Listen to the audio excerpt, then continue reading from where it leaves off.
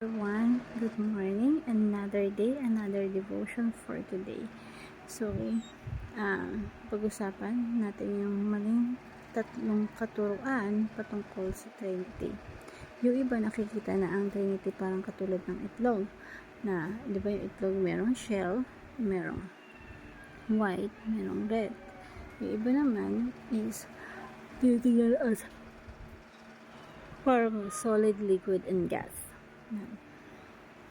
Na kapag yung solid, yung God, yung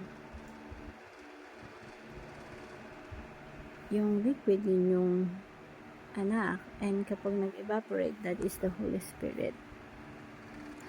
So,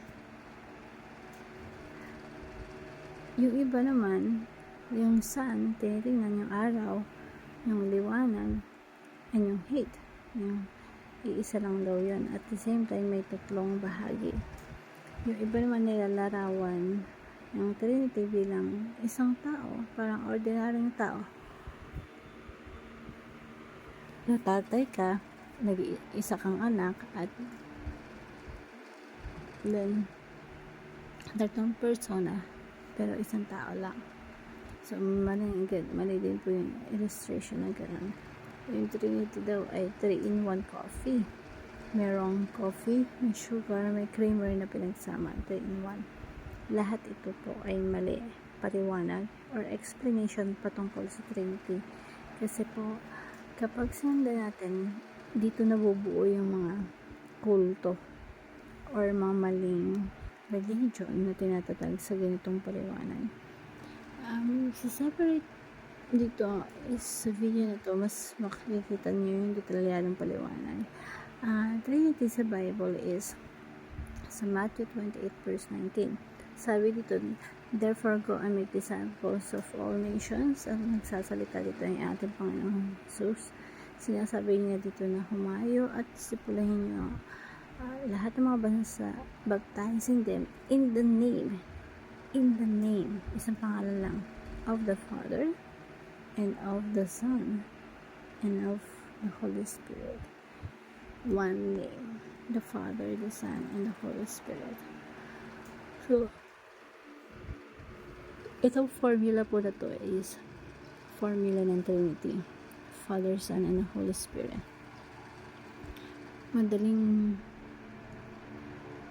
maniwala, katulad ng parang kay Allah, Diyos lang, walang Father, walang Son, Holy Spirit. Pero, inihayag niya ang kanyang sarili may tatlong persona. At ang bawat persona ay magkakaiba. Hindi isa. Kaya mali yung explanation na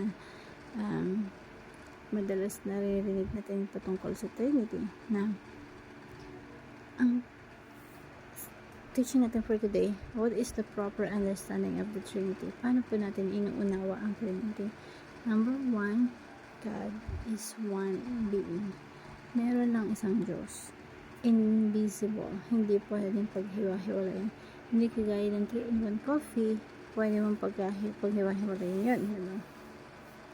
Pwede paghiwalayin yung sugar, yung coffee mate, tsaka yung coffee. Yung itlog, pwede mong paghiwa-hiwalayin yung white, yung egg yolk, at yung shell. Diba? Pero yung tunay na Diyos, ang Diyos ng Biblia, He is God. He is one in being, indivisible. Hindi mo pwede paghiwa-hiwalayin. Yung Trinity, they're distinct, but you cannot separate them. Dahil meron lang isang Diyos. Kung paghiwa-hiwalayin natin sila, meron lang tatlong Diyos. Ang problem, hindi yun ang tinuturo ng Biblia. Tinuturo ng Biblia, meron lang nag-iisang Diyos, and God is one being. And ang point number 2, God, who is one being, is also 3 person. Yung isang Diyos, meron siyang tatlong persona, distinct, magkakaiba, hindi hiwa-hiwalay, kundi magkakaiba. Kaya pag pinanood natin yung discussion na paliwanag ng Trinity, mas ma-explain mo yung Church Father na unang-unang panahon pa na ginagamit na yung salitang theothesis, Trinity, isang galawan na.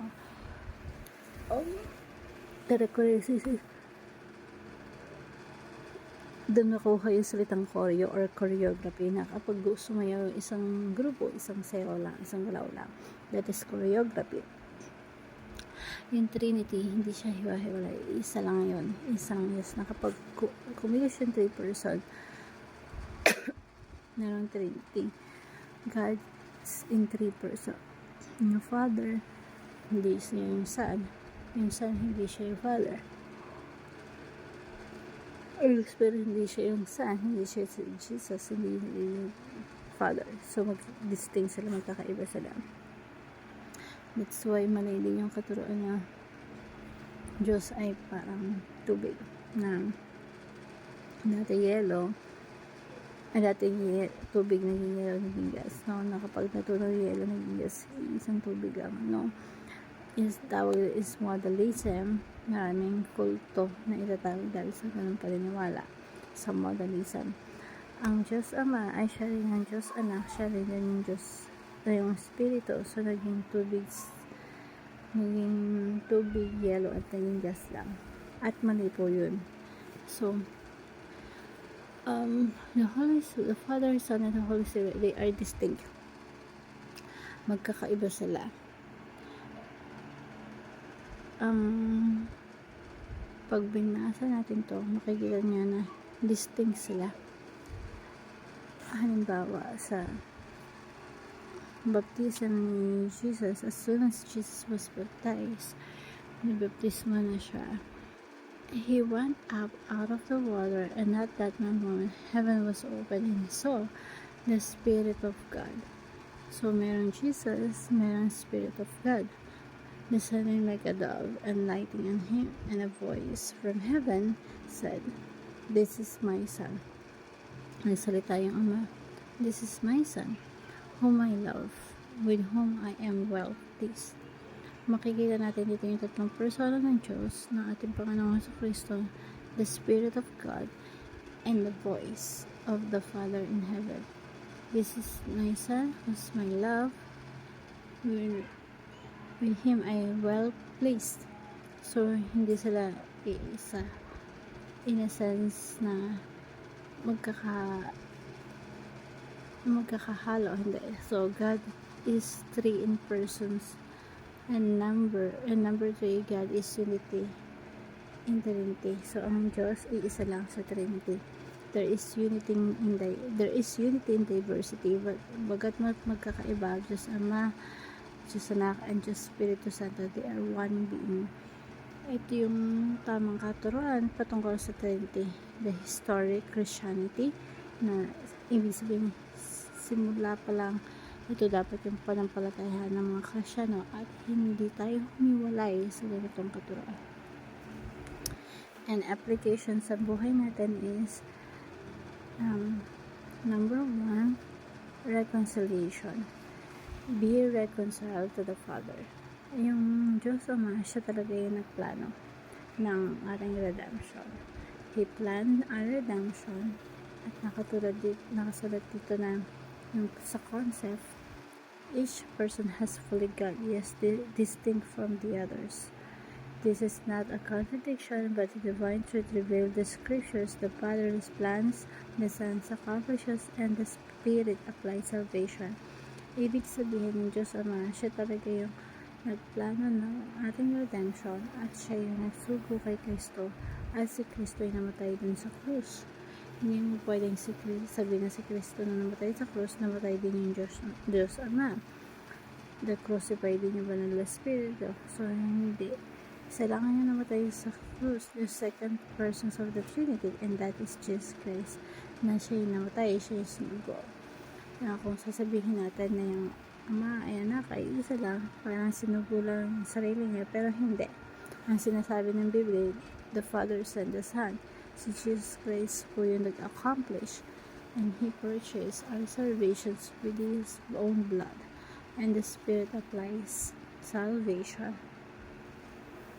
sa yung ipuso-puso natin para manampalataya kay Kristo. Hope you learn something. Thank you everyone, and God bless. kumikilos sila in harmony.